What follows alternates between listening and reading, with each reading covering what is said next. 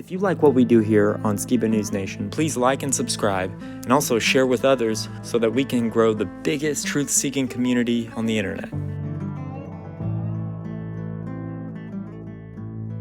Huge shout out to all of our Patreon supporters. We couldn't do this show without you, so I just wanted to say thank you. And if you want to help support us, go to patreon.com/Skiba News Nation.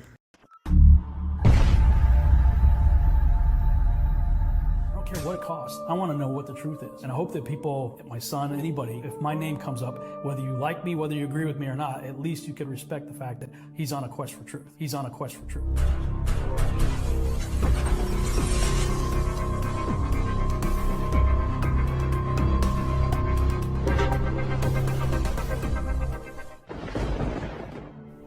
Welcome to Skiba News Nation, bringing you unfiltered views, news, interviews, discussions, and more. And now, here's your host, Jeremiah Skiba, award-winning musician and son of Rob Skiba.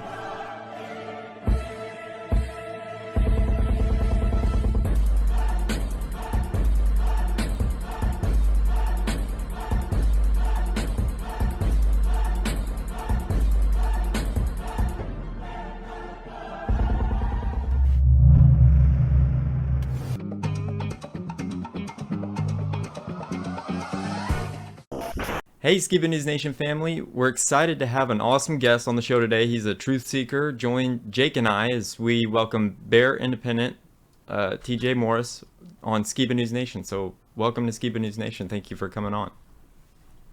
I appreciate y'all having me. Thank you very much. I follow the show. I appreciate what you guys are doing. So happy to be here. Oh wow, that means a lot to us. Firstly, I'd like to express how huge fans me and Jake are of your work as well. But for those of our audience who may not be familiar with your work, can you kind of share a little bit about what you do and who you are and that kind of thing? Yeah, sure. I'll give you the thumbnail sketch, which is still going to take a hot minute, but bear with me. Let's see. Ran away from the Christian church literally and figuratively at the age of 15 because I saw a bunch of Christians doing messed up stuff. And I wasn't spiritually mature enough yet to realize that people make mistakes, the Father doesn't. So I literally and figuratively ran away and started playing drums in satanic heavy metal bands. Spent a decade in apostasy, fighting against the creator of the universe, which is stupid because he has unlimited resources and I don't. So he won, praise Yah. And about 8-9 years ago, I got baptized again into the non-denominational evangelical church. Watched that fall apart because of the egos of men. Got pissed off again. Started reading my Bible and realized there's a whole bunch of stuff in here that nobody ever told me about before. And that made me even more mad. And so I was screaming at the Father and I said, how come nobody ever told me this? And he said, how long have you owned my word for, son? I said, oh, yeah, my bad. Sorry, Dad. I guess I'll read this book and do what it says. So that's how I began to come to a whole Bible understanding, what some would call Torah observant or Torah pursuing or whatever. I don't care. I eschew the labels. We were living in North Texas at the time. We moved to Eastern Oklahoma, started a little YouTube channel, and one day the Father said, read my word. And I said, I am. And he said, on camera, you idiot. And I said, I didn't sign up for that. And he said, tough cookies, bro, read my word. And so I started reading Genesis 1 on camera about 4 or 5 years ago. And as a result, the channel has grown from 2,000 subscribers to 200,000 and change. And then the YouTube channel, Bear Independent, became kind of the war chest, if you will, for myriad different things. And so I've got 5 businesses and 2 ministries. And so I have Bear Independent. I'm the CEO and founder of Refuge Medical. We make the best first aid kits on planet Earth. And Refuge Training. We teach people the fine art of how to not die. And I do small and medium-sized business consulting, and I do preparedness consulting. And then we've got Grindstone Ministries, which is a nationally registered 501c3 that does pro bono disaster relief after hurricanes and tornadoes. And I've got Kalebs, Caleb with a K, that does restoration of juvenile human trafficking survivors. Wow. And then I read my Bible on camera. I do Intel briefs Monday, Wednesday, Friday on YouTube. and I've got a Patreon page and all that other stuff. Awesome. It's cool. I love the first aid thing because I'm always losing my first aid kit. I cut myself more than, not on purpose, but like I'll slit a finger and I'll need something and I can't find it. But that's awesome, man. All those things are really cool. Thank you. Awesome. Yeah. Welcome, Bear. Thank you for joining us. We've been trying to do our news broadcast for nearly 2 years now, and for many a time we've used some of your sit rep clips, and we just love what you're doing with your Bear Independent channel and also with Kaleb House. It's very inspiring, and kind of what we're trying to do with our channel here. We're trying to reach the next generation. There's a lot of people who are coming up with this overload of information when it comes to all the conspiracies and the different topics of mainstream media that they're trying to push down our throat. And so we're just trying to navigate it ourselves. We don't claim to be any expert on any topic in particular, but we are trying to, just trying to float the boat, so to speak, when it comes to all these topics that we're presented with. And I'm really excited to get into some of our discussion since you do the sit rep every week. And I highly suggest anybody who's watching right now to go and check out Bear's sit reps. I really love just the candid nature and straight to the point, and breaking down the sea of information is really refreshing. And recently there's been some legislation passed that's very interesting. It's kind of an attack on the freedom of speech here in the United States, and I wanted to ask some of your analysis of this. And apparently there's a ban coming to ban Semitic language, and I wanted to ask your thoughts on this coming out recently. So you're talking about HR 6090, I believe that it is, ban on anti-Semitic language. And thus far, I haven't fully studied the wording of the bill, and so I've heard reporting on the reports thus far. But it appears that literally under this bill, the areas of the New Testament where it talks about the Yehudim giving up Messiah to Pontius Pilate, you wouldn't be allowed to say that. That would be anti-Semitic hate speech, even though it's historical fact with a multitude of witnesses. The curtailing of speech in of itself is an indication of an end-state empire, in my opinion. Equating speech to violence is retardation.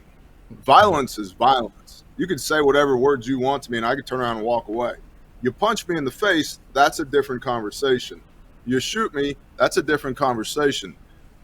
And one would argue, there's life and death is in the power of the tongue, brother. Yeah, but I'm not prophesying, I'm not speaking cursings or blessings over you. I should have the right to say whatever I feel led to say. And of course, the government is trying to take that away. One of the things that I think, sorry, I'm in a tirade here, a little bit of a rabbit hole, but one of the things that I think that most people don't actually onboard reading the scriptures, which they should. Yeshua's government killed him. Yeshua's government killed him. The Yehudim handed him over to the government, and they crucified him. Moshe's government tried to kill him. The Maccabean rebellion under, what is his name, Antiochus Epiphanes and the Seleucid dynasty, that was the government that tried to kill them. And then, Hanukkah, light the menorah comes out of that. There is a well-established biblical and historical trend of governments trying to kill believers in Messiah. And it typically starts with, hey, you're not allowed to say that. So I don't really like HR 6090, knowing what I know about it thus far. Yeah, well, I like to talk about how we've exited the golden age of the internet, and we're seeing more and more censorship being rolled out on platforms like YouTube, and people who have previously been able to speak and share an alternative perspective are being squashed. And I like to tell the joke, who controls you by WHO you can't criticize, right? And it's really telling, and I think very important for people to recognize how we live in a society where they're playing this wizardry game of language, and they use language to control. And I mean, this ties into another piece of legislation that they're passing through Congress. Something that passed almost unanimously recently was the TikTok ban. And I wanted maybe to add to this topic of censorship of speech with what they're doing with that fast-growing platform that was giving a voice to the everyday person. And they're claiming, of course, spy technology and China and all that kind of stuff. But why do you really think they're trying to ban TikTok?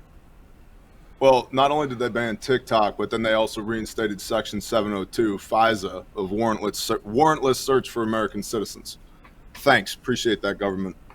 So on the surface, I do think it's a major contributing factor to why the government would want TikTok shut down. They claim, well, it's owned by China and China's collecting all that user data. Yeah, of course they are. And so is every other platform. YouTube, which is owned by Google, which is owned by literally Alphabet Corp, Meta, which owns Facebook and Instagram. All these platforms collect your user data, all of them. And that's why the platform is free, is because they collect that, what's called digital exhaust on you, and they use that for targeted advertising that they sell to people that have companies. So if I say, I'm looking for men between 25 and 45 that are bearded and read the scriptures and live in the center of the country, they can use that digital exhaust to target ads towards us. That's where the value in the platform comes from. That's why it's free. Otherwise, they would charge you to use it. So is that happening? Absolutely. But everybody does that. I think the reason that the United States government wants TikTok shut down is not because it represents some type of strategic threat to the United States of America. It's because they don't control it. Unlike Meta or Google or YouTube or any of these other platforms. They don't have their fingers in it, which is why they want ByteDance, the company that owns TikTok, to divest its ownership into American hands, because it's going to be easier for the American intelligence network to co-opt American owners of TikTok than to co-opt Chinese owners of TikTok. And this whole concept of businesses operating abroad, Chinese businesses operating abroad, they're subject to the CCP rules and regulations. That's 100% true. It's less understood, less talked about, that the same thing typically goes for the highest echelons of American businesses. They may not be subject, but in many cases they are co-opted. And then you get into the subject matter of what's on TikTok. Now 90% of it is people doing stupid dances and kitty cats and all this other bullcrap.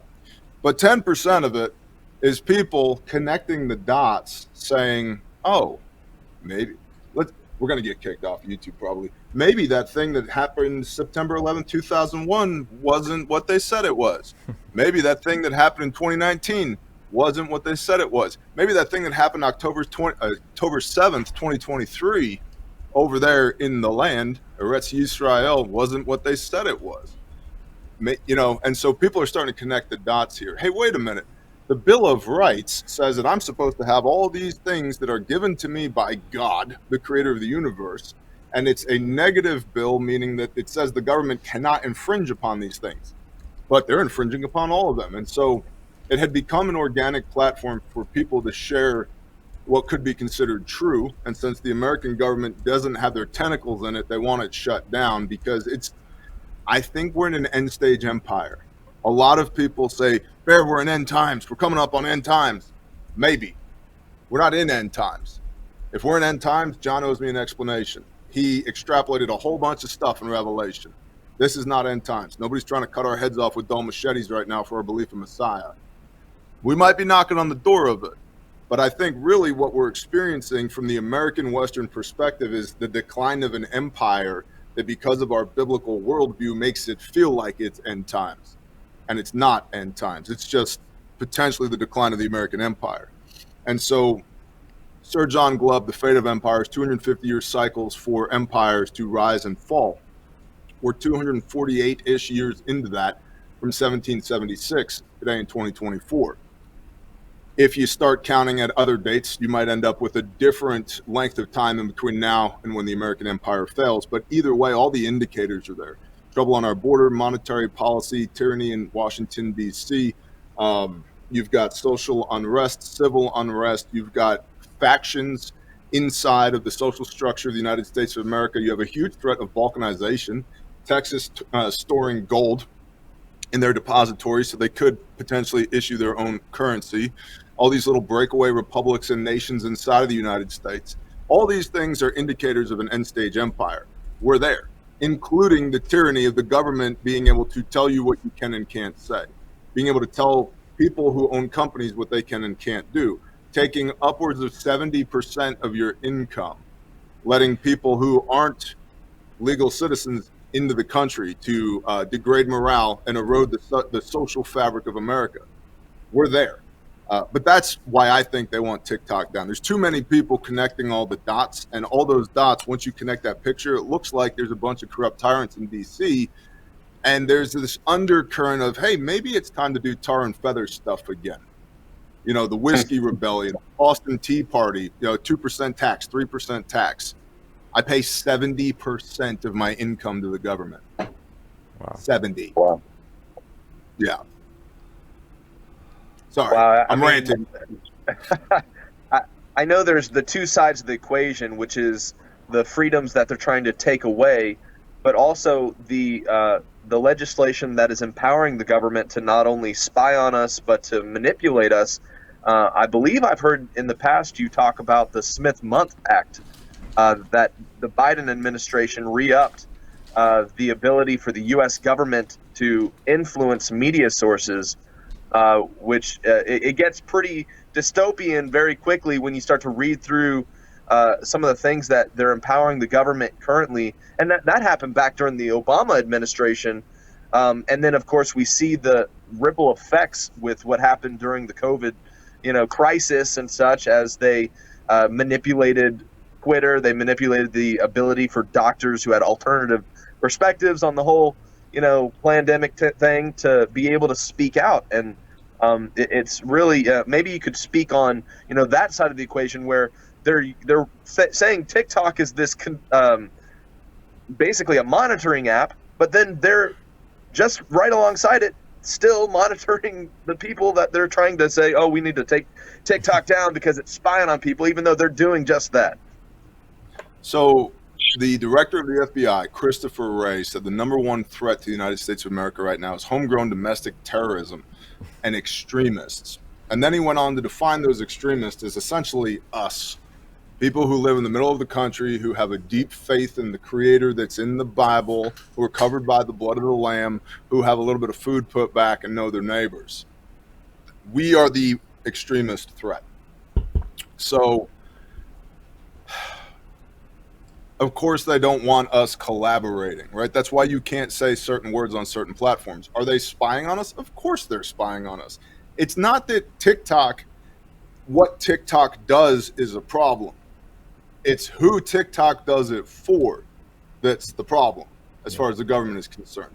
It's a massive collections platform. By the way, if you have one of these, this is a cell phone, you're carrying a Generation 7 collections device in your pocket, and you are paying for the opportunity for them to influence you and propagandize you and track your every movement. And so, being frank, it's one thing to sit around and bitch about the government. They shouldn't do this. They shouldn't do that. I think we're way past that, honestly. Yep. And this is it's not a call to violence. It's not a call to arms, but it is a call to come out of her, my people, so you partake not of her sins and receive not of her plagues, right? Leviticus 19 is about be set apart as I, Yahuwah, your Elohim, am set apart. And we're over here, we're like, well, we live in the country, and I've got sheep, and I've got homies, and we like to hang out down by the creek. Also, did you see what the propaganda machine said today? At some point, we've got to pull ourselves out of that. That system is not for us. It doesn't benefit us. And even what y'all are doing, what I'm trying to do, which is to use a phrase borrowed from my brother Saw, to cut Goliath's head off with his own sword, right? If I can use this platform to fight against the propaganda, to reach the people of the Most High, to hopefully, for the preservation of life, encourage other brothers and sisters who are out there to keep going, be set apart as he is set apart. That's, I think, where we need to start aiming our focus and direction, because the system is going to collapse. This beast system in Washington, D.C. is going to collapse under its own weight. They can't stay funded. They have no authority other than what we give them. Have you seen the air quote commander in chief? The dude's a joke, right? Our elections don't matter. We know that from Dominion voting machines. The whole thing is bread and circuses. Literally, Steven Spielberg, the Hollywood director, literally, Steven Spielberg is running Biden's 2024 campaign. It couldn't be more obvious. But we're over here like, oh, it's terrible. We should do something about it. No, do not be conformed to the nations. Do not take daughters of them for wives. Do not mix your seed with them. Have nothing to do with them. Why? Because they might not be able to take you in warfare, but they can erode the ethos of who you are as a people group set apart unto Yah. And so I think we need to be doing a better job of being separated from all this BS. And then when we do engage with it, when you pick up your cell phone, treat it as a loaded firearm. Mm-hmm. This is a tool. It's a weapon, and it's being used for information warfare 24/7, 365. And so don't allow yourself to be propagandized. We're paying for the right for them to propagandize us and collect all of our data. That's retarded. At some point, we should probably stop doing that, right? And so we pay them. They collect our information. And then we're like, you shouldn't collect my information. They're like, dude, that's the reason I made the app in the first place, was to collect your information. Of course we're going to keep collecting your information. Oh, all right. Well, as long as I'm scrolling stuff that's pro-Yah, pro-conspiracy theory, pro-homesteading, I'm good. No, dude, you're still participating in that system. And at some point, there's going to come a time where we have to separate from it. Yeshua talks about that in Matthew 24. There's going to come a time where if you're in Jerusalem, flee to the mountains now. Run. You should have already bugged out. But if you haven't, you got to run. And that's the point. A whole bunch of people have physically separated themselves from the beast system. They're out in the country. They've got neighbors. They got sheep. They're observing the Moedim. They're keeping Shabbat. That's great. It's beautiful. It's wonderful. But in their brain and in their heart, they're still slaves in Egypt. Does that make sense? Yeah. Yeah. It's kind of like people are always asking, hey, when's the mark of the beast going to get here? Let me just check this thing that I buy, sell, am indoctrinated by. It's like a Holy Spirit. It's got Bigsby or Cortana or Siri or whatever tells me what to think, believe, and do. And now it's got AI. Now it's got AI, which is creepier. Did you see that Meta shut down? Meta had spent 48 hours. They took their AI and had it plow 1 million scientific white papers in 48 hours, and then they shut it down. And the working hypothesis as to why they shut it down was the conclusions that it came to are the antithesis of the bull crap that we're being force-fed with these devices every day. That's crazy. Wow. It's amazing to see how something that the technology that can crunch the numbers can be used, one, for good and evil.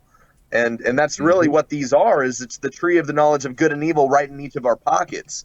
In the same device that you can dive deep into the scriptures, far beyond anything some of our forefathers have been able to do, right? You used to have to go to a seminary and learn Latin and Greek, and you had to do all these different things to be able to interpret the word and read it for yourself. You used to have a priest to tell you what to believe. And now the everyday layperson has access to the scriptures to be able to walk out and understand the Father's heart far beyond, I believe, any generation, before. And that's amazing. But then in the same device, you can be addicted to pornography. You can be doom and glooming from all the just stuff. And it's amazing the duality in the technology we have. That's the point I was going to make, because I do agree as far as knowledge of the tree of fruit, access to the tree of knowledge of good and evil, right?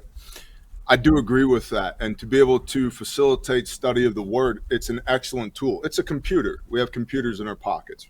It's beautiful. Do we have the self-control to use it only for that? That's the thing, right? Hypothetical question, if we're eating the fruit of the tree of, knowledge of good and evil, it's already in our hand, we got it, we carry it around in our pocket. Would it have been better off to have never had it in the first place? And like Yeshua says, be like these little children, just sit in my lap. And maybe all you know about scriptures is love God with everything you got, love your neighbor as yourself. Maybe that's all you know about it, but on this hangs all the Torah and the prophets. And if you could do these two things and walk in that to the best of your ability, you know, Revelation 22:14, behold, I come swiftly to reward each man according to his works. And your understanding of scripture was I should love God with everything that I've got and love my neighbor as myself. And that's all you executed on, because that's all the knowledge you had. Cost benefit analysis. Is it better or worse that we now carry the apple or the pomegranate or whatever your doctrinal teaching is? We carry the fruit of the tree of knowledge of good and evil in our pockets every day without the self-control and the personal maturity to only use it in ways that make the Creator smile. Because I know, this thing is a temptation device as much as it is a research library. Yep. It's the concept of to whom much is given, much is required. And in our ignorance, you know, he's more forgiving, you know, but when we have the ability to be more than those who've come before us, it's almost like this is the greatest test ever. It's no longer fighting the giant, you know, who's running at you with a spear. It's the spiritual, intellectual, you know, mind, you know, battle that people have to fight in today's world. That's the kind of, I mean, I'm sure there's going to be a time where, you know, people are going to have to stand up to their own giants in, you know, a physical way, but it truly is a massive undertaking to fight back against the temptations and the distractions that this age is presenting to us. But at the same time, it's the greatest opportunity ever. Go ahead. So something that jumps out to me that I just feel led to share. If/when that day comes where we have to flee to the wilderness, you know, Revelation 12, and the dragon was enraged with the woman and went to make war with the remnant of her seed, right? If/when that's you, when that happens, I feel like I shouldn't have to say this, but I'm gonna. Don't bring your cell phone with you, okay? When we go run operations for Kaleb House, we don't bring our cell phones with us. So if you're fleeing the beast, don't bring the tracking device in your pocket when you flee the beast. I just have to throw that out there. When you flee to the wilderness, it needs to be more than just physically. So mentally, emotionally, spiritually as well. Don't bring the 7th generation intelligence collections device with you when you're trying to evade the enemy. Just throwing that out there. Just one final topic on this information question, which is, while we know that these devices manipulate us, how do we still navigate the influx of information and just juggling so many balls of different topics and conspiracies and do it in a way that we can still be effective watchmen? So that's a good question. Info overload versus being an effective watchman. Frequency matters a lot. You know, if you PT, you do physical training every day, right? You grow stronger at it every day. But if you do it for hours every day, sooner or later, you're going to start breaking yourself, right? And so all good things in moderation, right? A little bit of wine on a Rev Shabbat and a piece of bread, good to go. If you drink a box of wine every day, not good to go. Not like, see what I mean? And so it's the same thing. We spend more time with these devices than we do with the people that the Father has given us to steward, our family. And so the number one way to combat information overload is put the damn thing down and walk away, right? And so if you constrain your access to the device, you de facto limit the amount of influence that it has on you in the first place. And then look for sources that are providing you truthful information, even if it's information you disagree with, but is it truthful with relatively low spin, low biases, or admitted biases? Like, I admit my bias all the time. I'm a son of the Most High. I'm a busted up sinner that has been redeemed by the blood of the Lamb. I drink whiskey and say 4-letter words. I'm also an ordained pastor. I live in the middle of the country, and I'm generally conservative, especially fiscally, right? So my biases are out there. It's pretty obvious who I am as a person. But look for sources of information that are truthful in their biases with no spin or as little spin as possible. And then that's what you consume. And think of it as consumption, because, you know, a lot of us keep Leviticus 11, clean and unclean foods, right? We hyperfixate on what we eat with our mouth without hyperfixating on what we eat with our eyeballs and our ears. And I would submit to you that what we eat with our eyes and our ears is at least as effective in affecting us as what we put in our mouth every day. And you spend way more time consuming information with your eyes than you do eating food with your mouth. So be careful what you look at. Literally and figuratively, be careful what you look at. Versus being a watchman on the wall. You brought up the Holy Spirit earlier, the Ruach HaKodesh, John 16, which will convict you concerning sin, righteousness, and judgment. And then you've also got fruits of the Spirit, gifts of the Spirit, so forth and so on. Dude, I don't need the phone to tell me that something's coming. I need the Spirit to tell me something is coming. And so it is way more important to operate in the Spirit as a son or a daughter of the Most High than it is to have the most up-to-date information that I can possibly get. Now, you want information. Intel drives operations, right? Like, that's important. I want the information for good decision making. But my go, no-go is from the Ruach HaKodesh, the Holy Spirit. And being a watchman on a wall, right? To what end? To warn the nation of Israel, not the nation state, the Father's chosen people, Genesis 32, those who are striving with Elohim, who have overcome with Elohim, and who are ruling with Elohim, Genesis 32, and those, Romans 11:16, who are grafted into the tree of life being a euphemism for Israel. Oh, I believe in Jesus. Congratulations, you're in Ketubah covenant with a Jewish guy. Read Matthew chapter 1. But I digress. For why? Why am I a watchman on the wall? To warn Israel? Maybe. Dude, a whole bunch of them didn't listen to Moshe. A whole bunch of them didn't listen to Yeshua, right?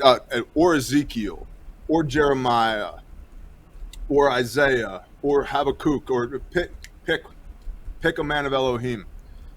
The deal with the man of Elohim that the Father makes is not you have to go convict these people. The deal is you have to speak my word. If you don't speak my word, their blood is on your hands.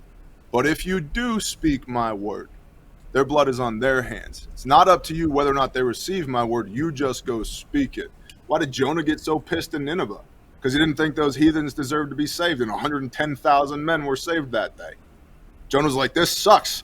I didn't want this to happen. I hate these guys. They should all be dead. And different conversation. But the point here is a man of Elohim, his job is to speak the word of Elohim, not to convict. That's the Spirit's job. So if I'm a watchman on the wall trying to collect all this information so that I can warn Israel, the Father's chosen people, what information am I collecting?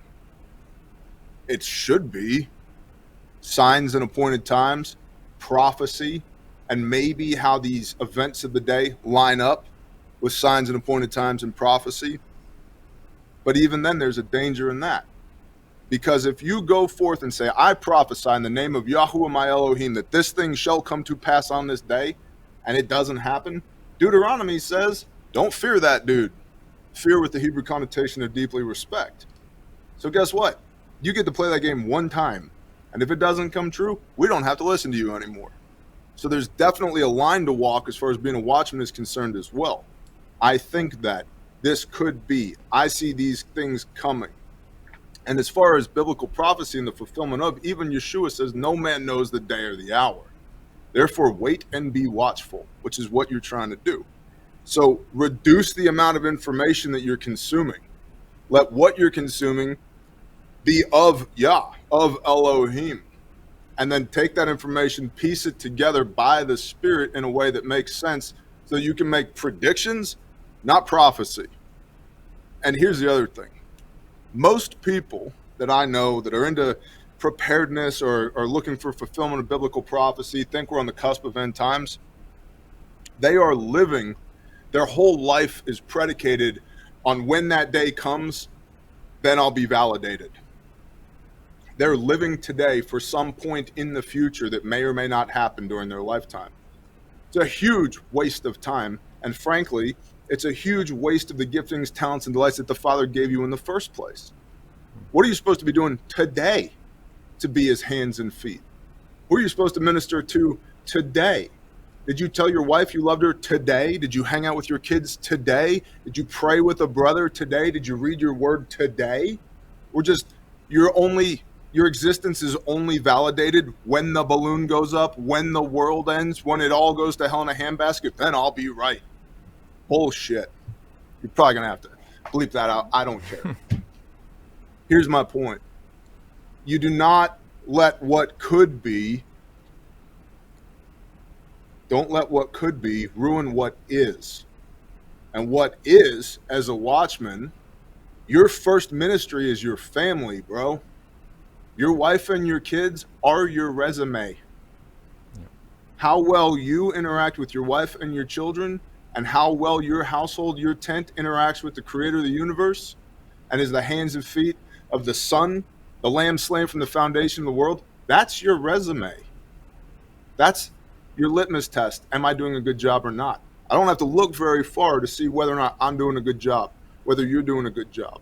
So don't forsake your most important ministry as a man to steward the people the Father has trusted you with in the first place. If you go stand on the wall so that you can scream at some guy over here who claims he's also a brother, he's also Israel, but he won't hear you, which, by the way, violates Matthew 18. Brothers hear each other. If they won't hear you, you're not a brother anymore. But you're going to stand on the wall so you could scream at this guy over here while your wife and kids are not being provided for, protected, and blessed by the fact that you were put on the earth in the first place. You've negated your primary ministry, which is inside of your house. So it's all about balance, if you will. I'm on a tirade today, guys. I apologize. It's because you got me immediately after I got done playing drums.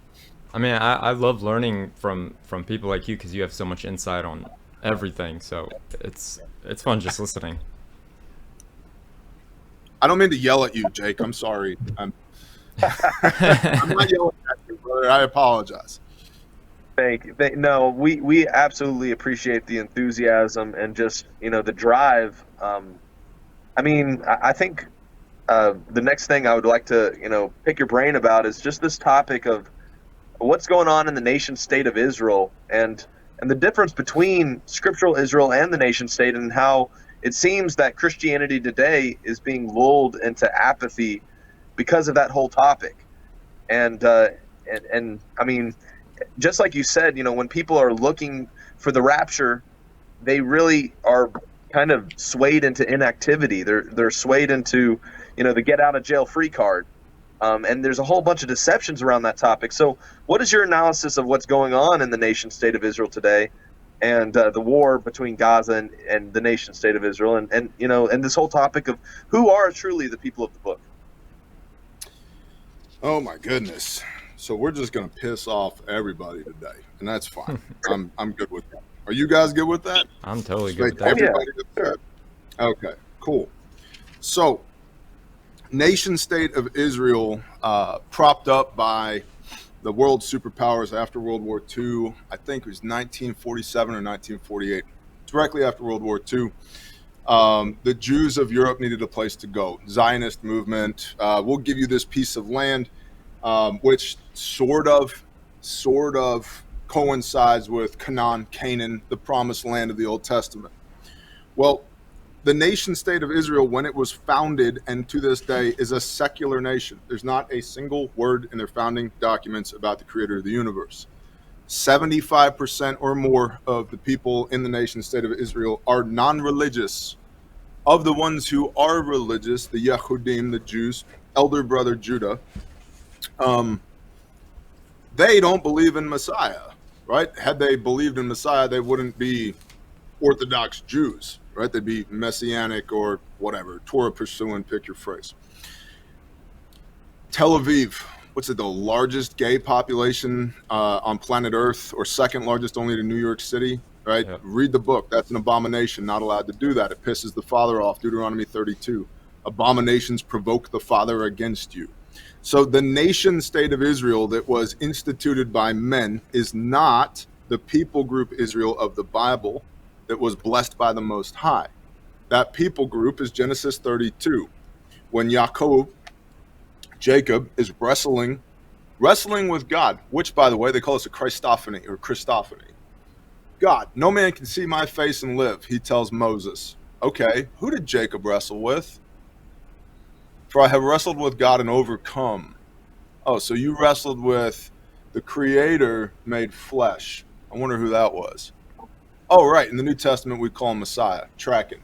So Jacob wrestles with God, and then he's renamed to Yisrael, Israel, Genesis 32.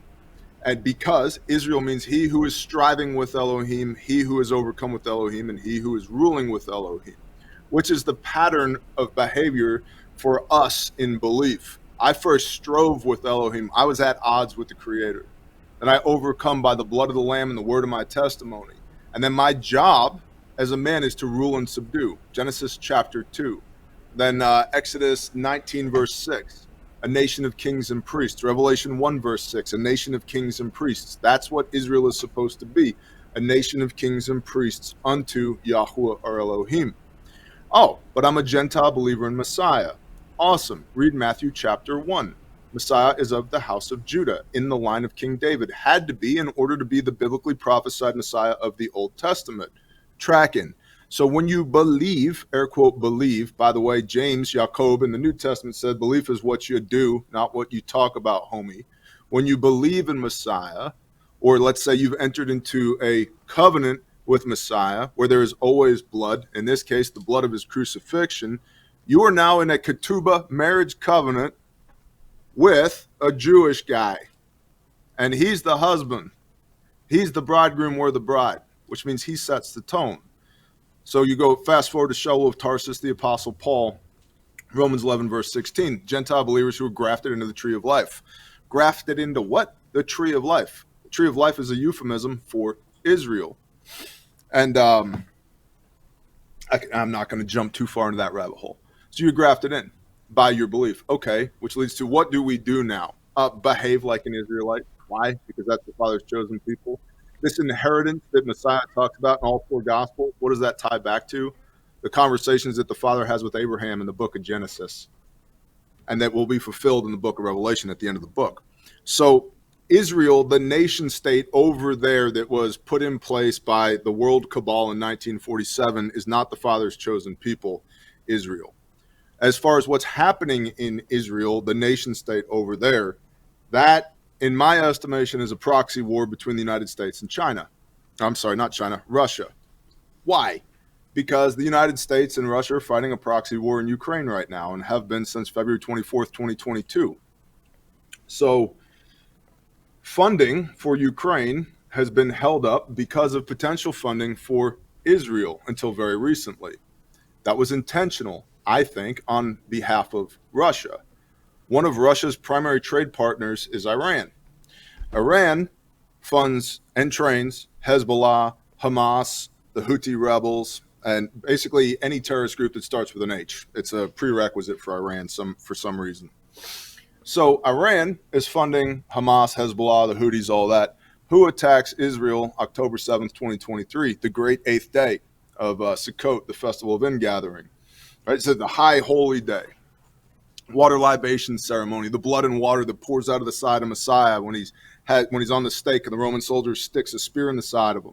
I realize for most people this is like way over your head. I'm trying to dumb it down. I apologize. For like 9 cups of coffee today, I have a newborn. So yeah. So water libation ceremony, great 8th day of Sukkot, October 7th, 2023. Hamas attacks Israel. Now, is there something else going on there? Probably, because that's one of the most well-defended borders on planet Earth. But I digress. Over 1,000 people are killed in the initial reporting, and now Israel is at war with Hamas. Who funds, equips, trains Hamas? Iran. Who's Iran's friends with? Russia. Their trade partners, and Iran is providing 1/7 of Russia's war materiel to them currently in Ukraine. So Russia talks to Iran and says, hey, or Iran talks to Hamas, Hamas attacks Israel. Cool. Now the United States has to figure out what funds are we diverting, what carrier strike groups are we diverting, what people materiel are we diverting from Ukraine to Israel? So now we've got a two-front war going on. So the whole thing, I think, is asymmetric warfare by Russia, done incredibly well to get the U.S. involved in another war in the Middle East. What are your thoughts on the military's use of drones in combat? I'll tell you this, they're super effective. And for everybody in the United States of America who thinks it's time for Civil War 2.0, you're going to be all the way dead super fast. Which gets back to, when you flee to the wilderness, don't bring your tracking device. Yeah. Aerial assets will ruin your day almost immediately, and they're very low cost. I mean, the MQ-9 Reaper drone that the U.S. flies, as compared to a fighter jet, way lower cost. But then you look at some of the drones like the Iranian Shahed drones, they're super low cost. Then you've got DJI drones, about a $5,000 drone with a quick connect that's being used in Ukraine to drop grenades on trenches and armored vehicles, working incredibly well. And now they're getting into, China has this technology, allegedly the United States has this technology, but we're not really talking about it. But drone swarms, where instead of one drone, it's multiple drones, dozens, up to 100 drones that all come in at one time, because we're starting to get some capability, anti-drone capability. When you shoot down a $5,000 drone with a $2 million missile, at some point we're out of parity with cost here, right? And so drones are very effective, and they're available across the board. So if you don't have a drone and you are within the sound of my voice and maybe concerned about the end of the world or whatever, maybe get a few. They're expendable. They're very, very good. And if you can, one that has thermal and IR, the ability to see in the dark and see heat signatures, they're great for operating at night. But I don't encourage anybody within the sound of my voice to want to fight the government. The government will win that fast. We have been blessed to do outfor opposing forces for Navy SEALs. And a lot of times those Navy SEALs, there's Air Force JTAC guys there. And man, they will all the way kill you dead with a drone before you have even gotten to the target. You're infilling to the target, and they hack your radio, come across your radio and say, "Hey, Bear, you're down." What? Yeah, drone strike, you're down. What the hell, bro? Yeah, you're down. Lay on the ground, you're dead. And that's happened many, many times. So drones are changing the battlefield significantly, and it's definitely not a threat to be slept on. Yeah, I remember a story of a drone that was like going towards the White House or something, and it immediately went down. So they have some kind of barrier that shuts it off. Yeah, so they're jamming is what they're doing. So they're broadcasting. Now, we are not allowed to do this. Thank you, FCC, but they absolutely are. They're broadcasting broad spectrum across every frequency that they can. And so inside of that bubble, you can't transmit. Outside of that bubble, you can't penetrate it if you're using something that operates on radio frequency. Once it flies into the radio frequency that I'm projecting, you lose communications with it, and it falls out of the sky or returns to base, goes back to where it came from. Wow. Yep. That's all I got for drones, Jake. Yeah, man. Let's see here. So the topic of family and the community that you build around you is very important. I mean, we talked about all outward facing things, and I think that's one of the ploys of the system, right? Is to get us to stop focusing inwardly, like you said, start with your first ministry, and they want you focusing outwardly. But for somebody who is prepared, focus their family, their community, their gates, what's the process of kind of coming out of the Babylonian mindset and actually being productive, being proactive in those terms? And how important is that in these days coming? That's a good question. I think it's very much so a mindset shift from consumer to producer. Um, what am I what am I outsourcing to global corps every day, right? And then you begin with the basics, food, water, shelter. Do I have a place to live? Do I have food to eat? Do I have water to drink? Can I drill a well, or is there an artesian well or a pond or a creek or a stream on a piece of property that I have access to? Can I grow my own food? A lot of people are very hesitant to start growing their own food. Man, I would start practicing now if you're not already. And, people say, but Bear, I live in an apartment. I can't grow food. You get 3 buckets. You fill the buckets with soil, poke a couple holes in the bottom for drainage. You put a jalapeno plant in one, a tomato plant in one, and you put onions and cilantro in the other. 90 days later, you harvest all that. You make the best salsa you've ever had on your apartment patio. And you start getting the reps in now so that when you are in a position where you need to grow food or you have the opportunity to grow food, you can. You have some physical, visceral, tactile experience with it. It's not the first time. These survival seed vaults, like, it's got 18,000 heirloom seeds in it. Cool. Have you ever grown these before? When your life depends on it? No. So shifting that mindset from consumer to producer, if you literally just sit down and audit your life, like take a sheet of paper and just write down all the things that you're buying. There's like some things that I buy that it's going to be very difficult for me to replace, like gasoline. Like I don't have a refinery in my backyard, which means I can stockpile some gasoline, and I can also look at things that don't require gasoline. Like I have chainsaws. I love chainsaws. They're great for felling trees and making firewood, but I also have crosscut saws. I have a log splitter that runs on gasoline, but I also have splitting mauls, axes, and wedges, right? And so learning some of the old ways, like how to shape a beam with a drawn knife, that's cool. I can go to the lumber yard and I can buy lumber, but that's consumer burning gasoline.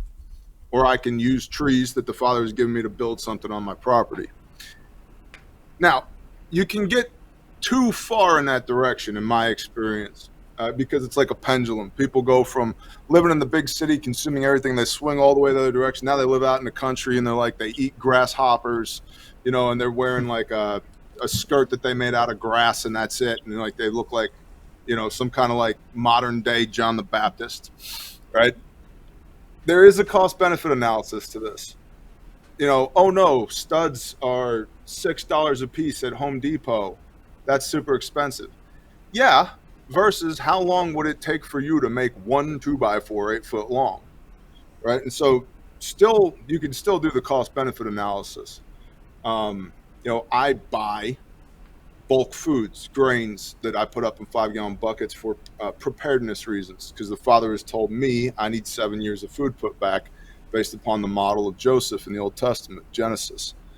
I don't grow the wheat that I'm putting in the buckets. I don't grow the rice that I'm putting in the buckets. I earn money doing all the things that Bear does, and then I convert some of that pretend rectangular green fiat currency into real assets, which is rice, grain, corn, cows. And a lot of people get wrapped around the axles with that too, because how much money you earn has become this gigantic pissing contest in America. It's all make-believe, bro. Like that money has literally no value, like none. Like it's not backed by gold. It's not backed by silver. Hell, it's barely backed by oil and the might of the U.S. military these days. So that has no value. So if I can trade you a piece of fake green paper, or better yet, ones and zeros on the bank's computer for land, for a house, for a truck, for cows, I'm in. I'm 10 out of 10 times I'm in on that. I want hard assets now that I can use now. And not everybody is going to be great at homesteading or great at living rurally. That's okay too. I can't garden at all. That doesn't mean I don't do it. I'm just not good at it. I don't know why. It's not a gifting the Father gave me. But I'm really good at producing meat. And my next door neighbor, who's a brother, is really good at gardening. And on his property, he's got row crops and gardens and vegetable agriculture. He's killing it. On my side of the fence, I don't have any of that going on this year. But I got cows, and I got sheep, and I got chickens, and I got turkeys, and I got livestock guardian dogs, and cool. And when I have meat, I'll give him meat. And when he has potatoes, he'll give me potatoes. Boom, community, intentional living. And so a lot of people get wrapped around the axles with the idea of like an intentional community. Why? We don't sit around the fire and sing Kumbaya, my Lord, Kumbaya, strum the guitar. There's no giant punch bowl filled with Kool-Aid and poison. We're just living life together to the best of our ability. So there's a circle of people in my life that I'm going to go to first when I need something. I'll try and do business with my brothers, my neighbors, and my friends first. I'll try and coordinate with them first before I go outside of that circle. You know, the carburetor on the four-wheeler's gummed up again. I could take it to the shop in town, or I could take it to my brother 3 doors over, and who am I going to pay? I like the internal circular economy of brothers operating in unity, intentionally. And a lot of people, when they're like, I'm going to bug out when the SHTF, bro, to where? With who? Right? Oh, I got 4 families. We're all going to this corner of the national forest. Wow, that sounds like an intentional community. Except for you've done nothing to this point to prepare that place for you when you arrive. So Pastor Joe likes to say, leave early, avoid the rush. That's what we did. Come out of her, my people. So now we live rurally with people that we love, doing life together, studying, spending Shabbat together, the whole 9, but also producing as much as we can, not consuming. Doesn't mean that I don't consume, but I try and consume as little as possible, and I try and produce as much as possible. And the longer you stick with it, the more momentum you gain. And there's a biblical principle in that, Leviticus 25 in the Shemitah year. You work your land for 6 years, you let it rest on the 7th. But in the 6th year, meaning you kept with it, years 1, 2, 3, 4, 5, and 6. 6 years in a row, you stayed on top of it, you kept with it. In the 6th year, the Father will command his blessing on that 6th year, and you'll get a 3-fold harvest in the 6th year, so that the land can rest, have a Sabbath of rest for the land, a year, the Shemitah year, in the 7th year. So in the 6th year, you get food for the 6th year, the 7th year, and the 8th year. Because in the 8th year, which is year 1 of planting again, it's going to take time for that crop to grow and produce again. So the Father says, hey man, if you'll keep my Sabbath for the land, like in the 6th day, prep day, you gather a double portion. So you got food for Friday and Saturday. Well, with the Shemitah year, in the 6th year, he goes, I'm going to give you a triple blessing on letting your land rest in the 7th year. So you got food for year 6, 7, and 8. Brilliant. But the whole concept is audit your life, sit down, literally write out, do the homework. What am I consuming? What am I touching every day? Where did this come from? How much control do I have over these inputs on my life? Probably not that much. Okay, what could I do differently to have more input on where these things come from? I lived on a 1/3 of an acre in North Texas.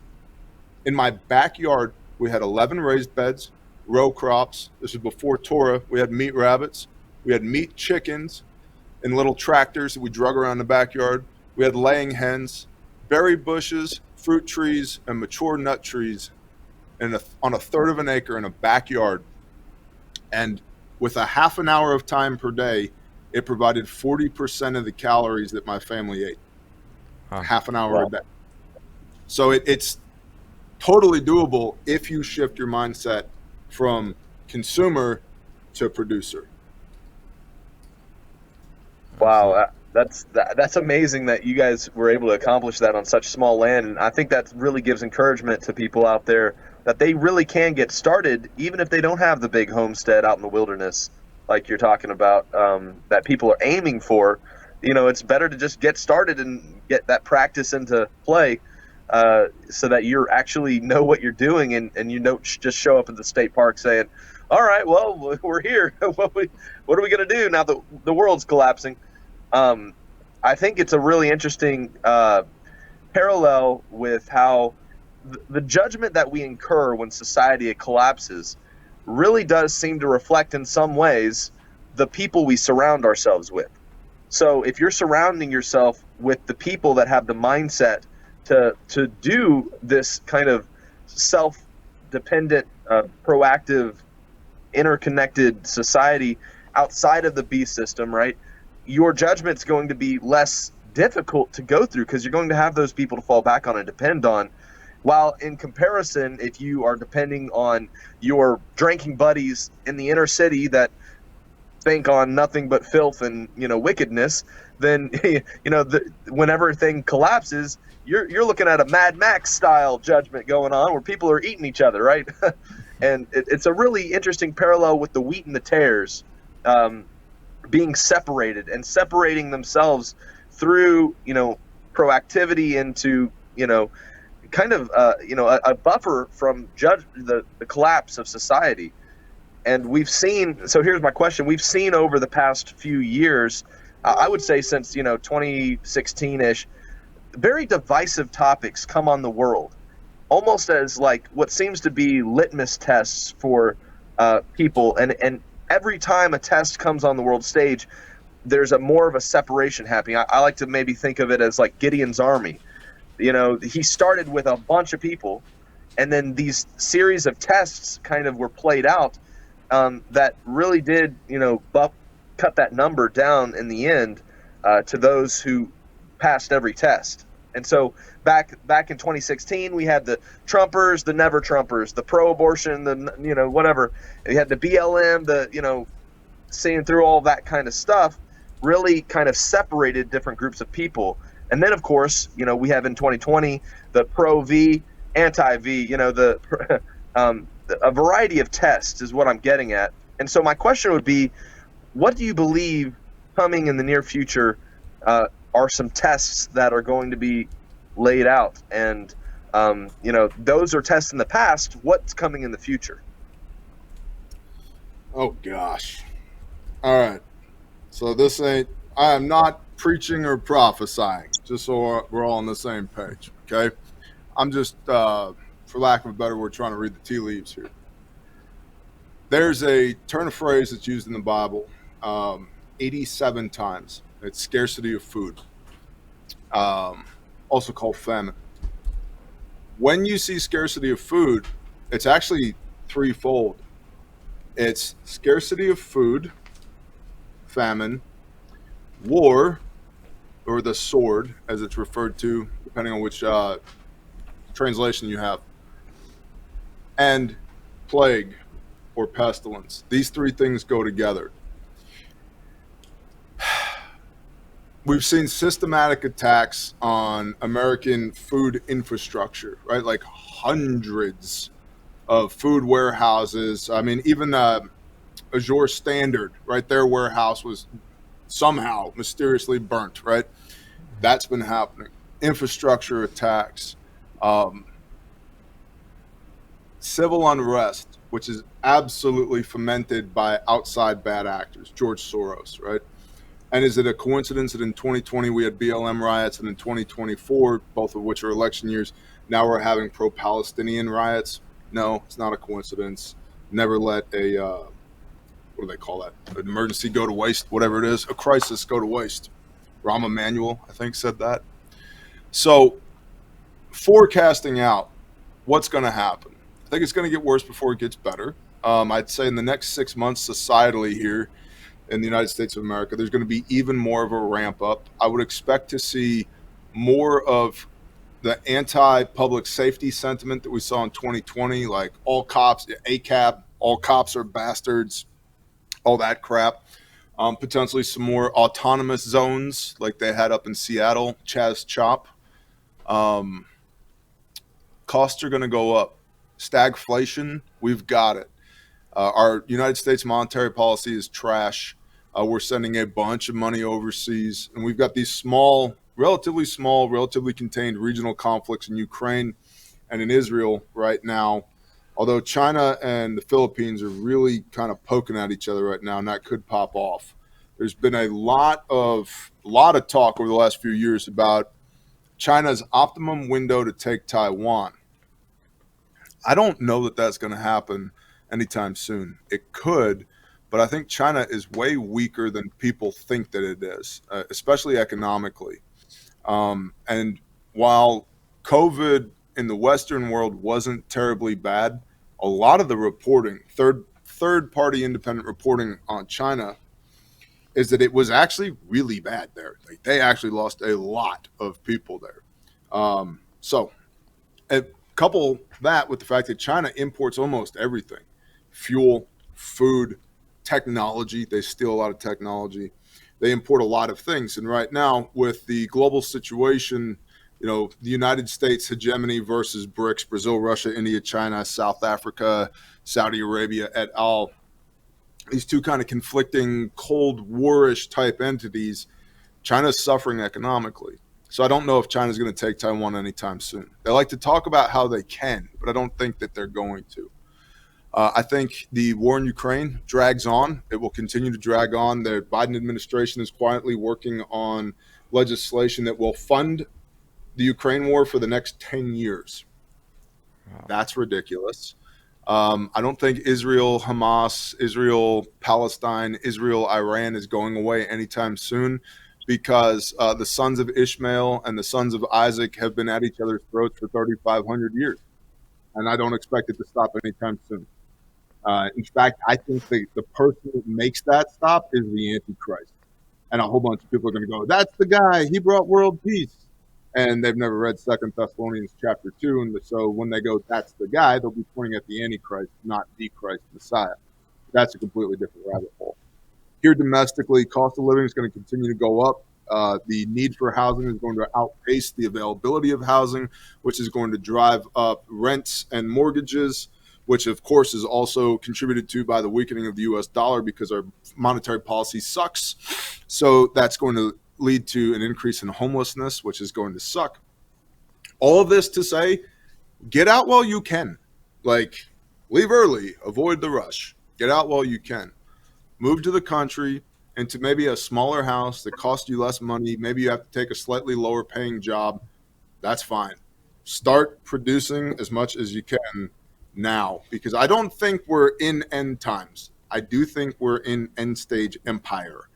And the next 2 to 4 years for the United States of America could be very potentially bad. You've also got this huge threat from the southern border. Minimum 400,000 military-age males that have infiltrated from the southern border. And I live relatively in the middle of nowhere. In my county,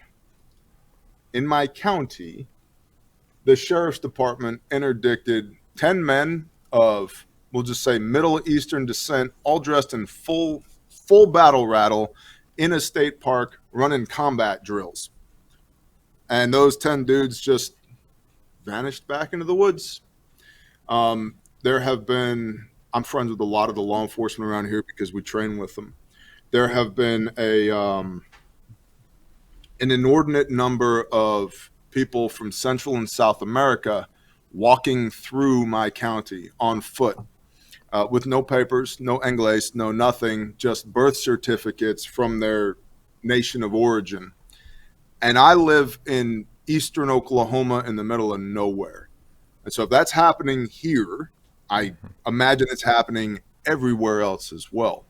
I mean, literally, Ron DeSantis is suing the federal government because 150,000 of 200,000 military-age males, I think from Venezuela, were specifically shipped from the border to Florida in probably an effort to stuff ballots for the Democratic Party, who took your taxpayer dollars to facilitate those people getting here in the first place. So the whole thing, man, like, our hope does not lie in man. I have no hope whatsoever for the federal government at all to solve my problems. I want to be as far removed from the federal government and the problems that it creates as possible. I want it to have as little influence on my life as possible. Render unto Caesar's what is Caesar's. Yep, tracking, got that. But I'm also going to give Caesar as little as possible, as little as legally possible per my CPA, because a 70% effective taxation rate is absurd. It's usury. It's ridiculous. The father asked for 10%, right? Like 10% is good enough for the creator of the universe. I got to give Joe Biden 7 times that? No, thank you.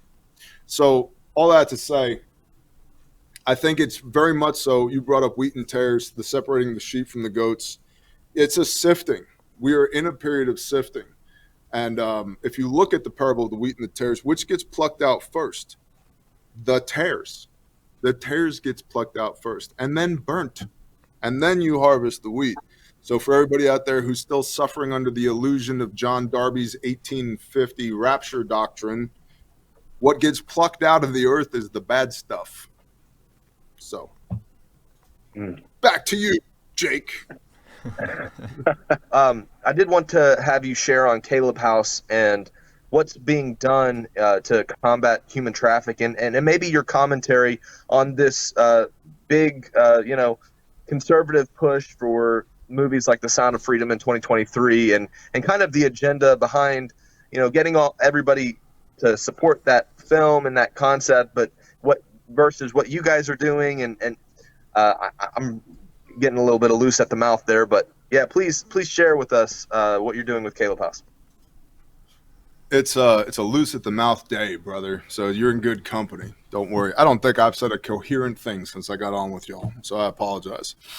Kaleb House, Kaleb with a K, Kaleb house.org.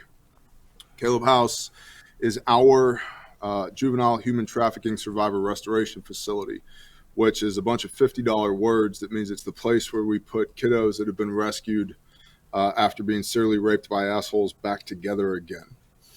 And I got involved in anti-human trafficking very reluctantly. I did not want to do this, but the Father laid this calling at my feet. We were working at another restoration facility. Grindstone was our first 501c3. And the Father basically said, I was talking to him praying, and I said, hey, this is awesome what you're doing here. We got to have more of these. And he said, yeah, and you're going to build them. I said, whoa, homie, slow down. I don't know anything about running a restoration facility.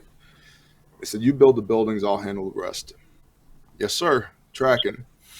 And so we started Kaleb House, 501c3, nationally registered, nonprofit organization. And we do restoration. See, in the United States of America, about $150 million per year is spent on anti-human trafficking. 90% of that, 150, so 135 million, is spent on awareness. There are literal nonprofit organizations that are 2 people that receive grants to the tune of millions and millions of dollars to make Instagram posts about raped kids bad, human trafficking bad. So 135 million of the money that's spent each year is on awareness. Guys, we know that, I know it's a problem. We don't need any more awareness. I get it. 10% is spent on rescue. And rescue is good. We need to rescue these kids. We need to convict these POSs that are doing these terrible things to these children. Comma, 0% is spent on restoration, which means these kids, after they've been rescued, there's no aftercare pipeline for them to go to.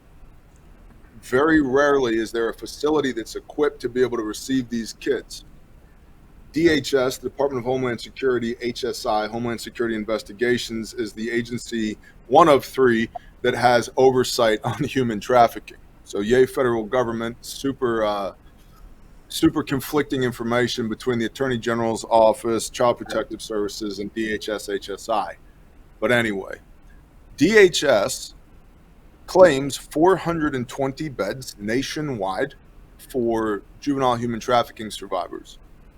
For context, there's 17,000 beds that Customs and Border Patrol and ICE immigration, 17,000 beds for illegal, I don't even know what the PC word is anymore, illegal immigrants here in the United States of America. They have 17,000, and they're lobbying Congress for another 150,000 for illegal immigrants.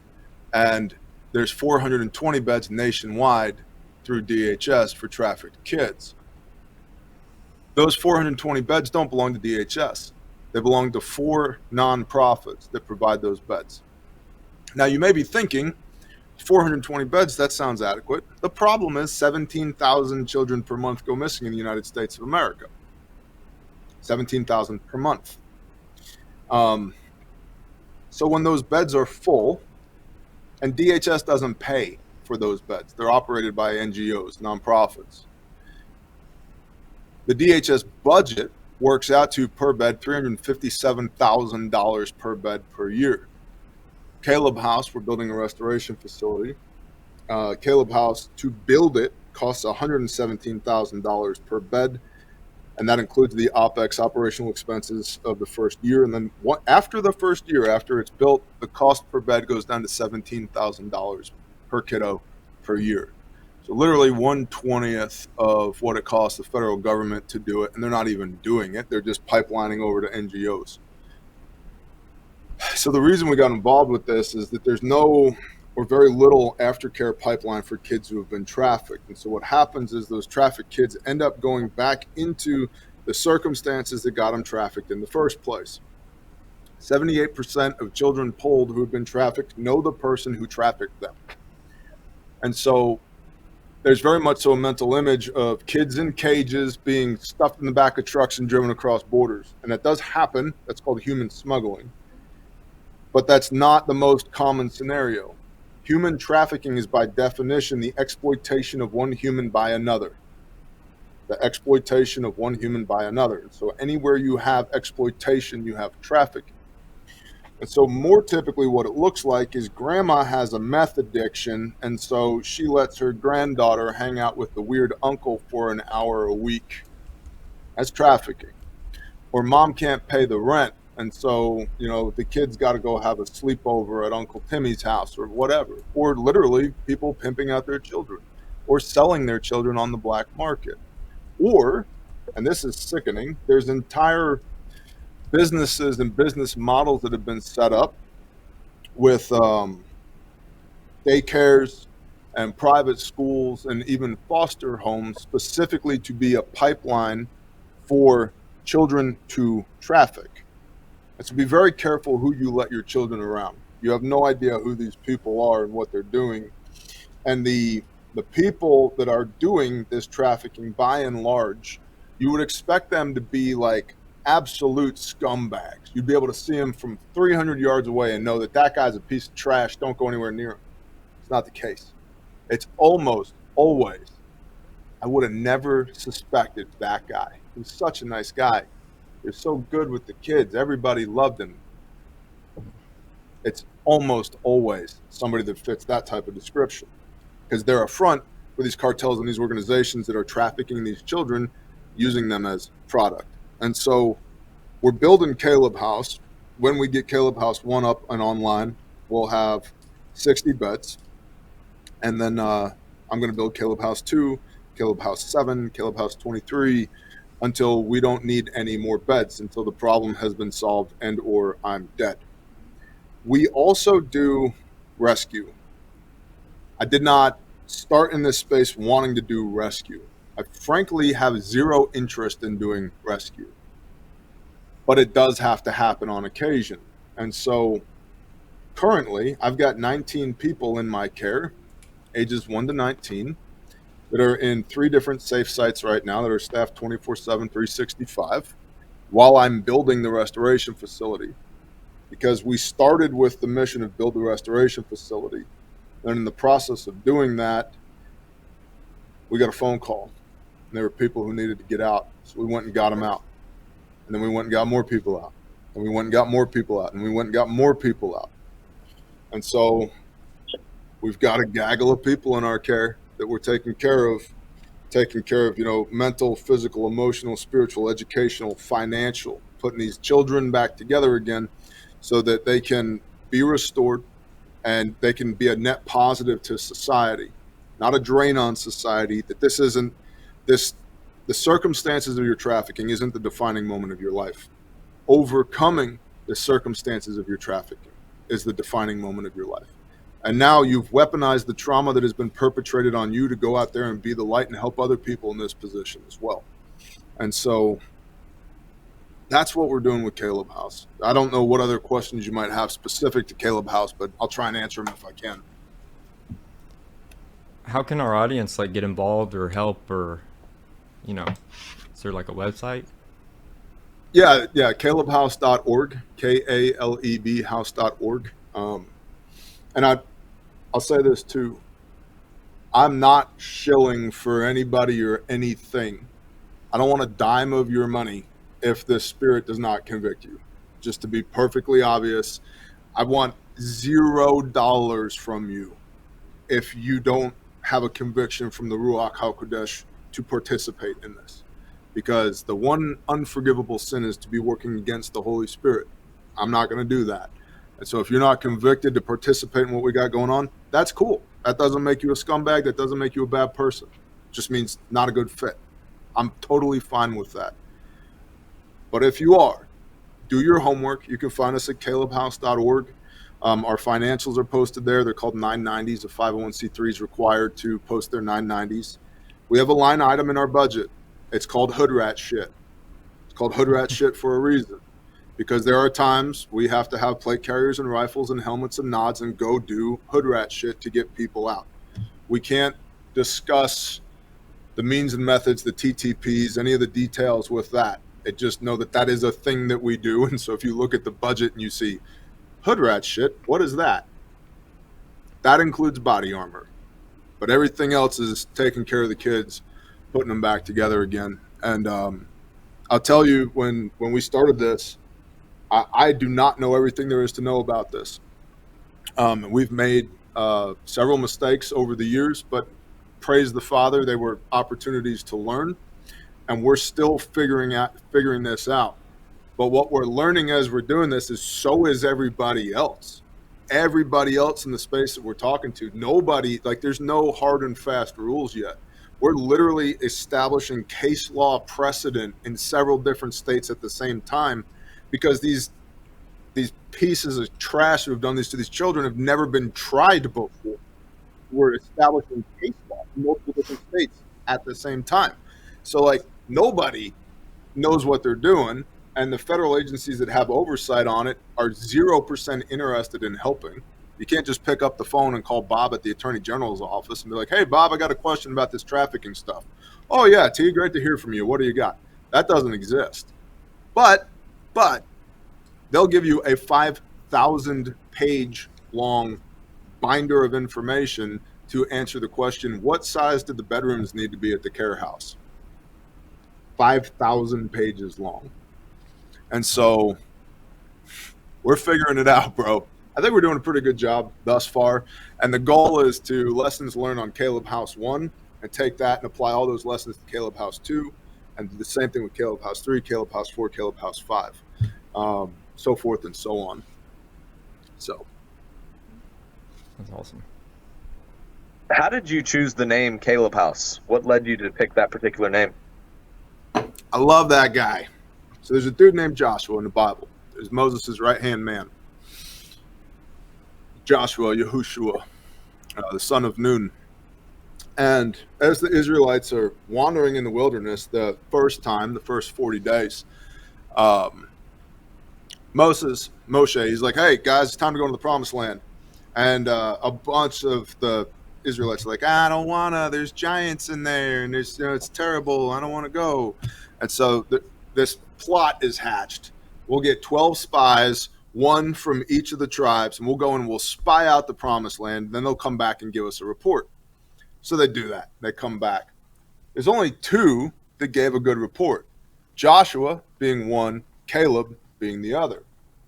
Well, because the children of Israel rejected the promised land, they wander a day for a year, 40 years in the wilderness, until that wicked and adulterous generation dies off, and then the next generation goes into the promised land. The book of Joshua, most people miss that to take the promised land was 5 years of warfare. When the Israelites go into the promised land, there were 5 years of warfare. After the land is settled, Caleb looks to Joshua and he says, hey, I like that mountain. This is the New Living Bear translation. He says, hey, I like that mountain, and I'd like to have it. And Joshua says, bro, the sons of the Anakim live up there. There's giants up in those hills, bro. Caleb says, yeah, and what do you got? And Joshua says, if you could take it, you can have it. Caleb's 85 years old at this point. And Caleb looks at Joshua and he says, I'm as good today as I was the day Moshe tapped us on the shoulder to go spy out the land. That was 45 years earlier.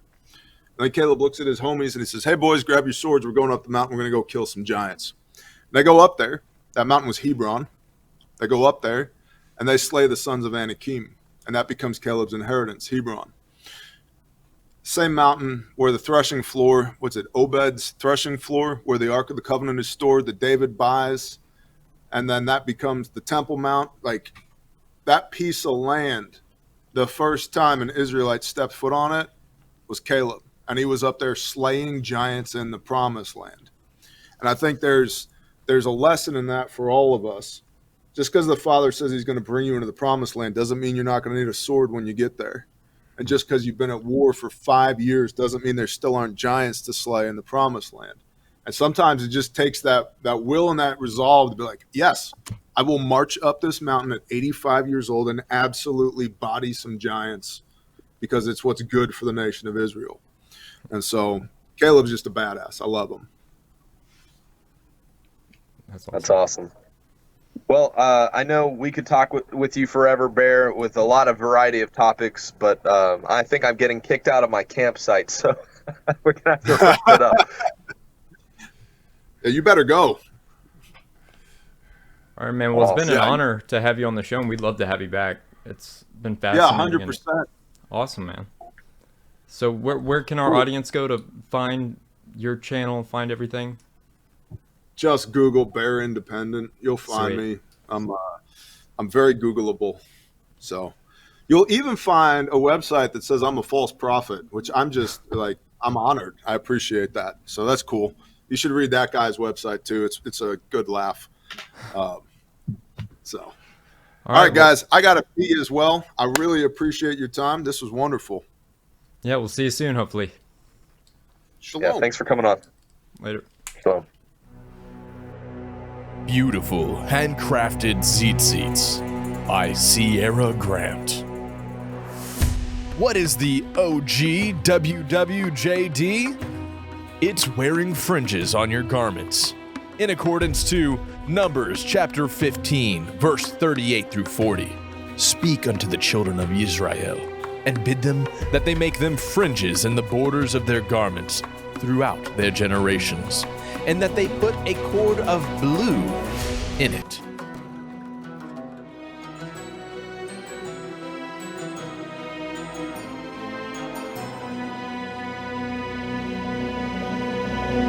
If you like what we do here on Skiba News Nation, please like and subscribe, and also share with others so that we can grow the biggest truth-seeking community on the internet. Huge shout out to all of our Patreon supporters. We couldn't do this show without you, so I just wanted to say thank you. And if you want to help support us, go to patreon.com/Skiba News Nation.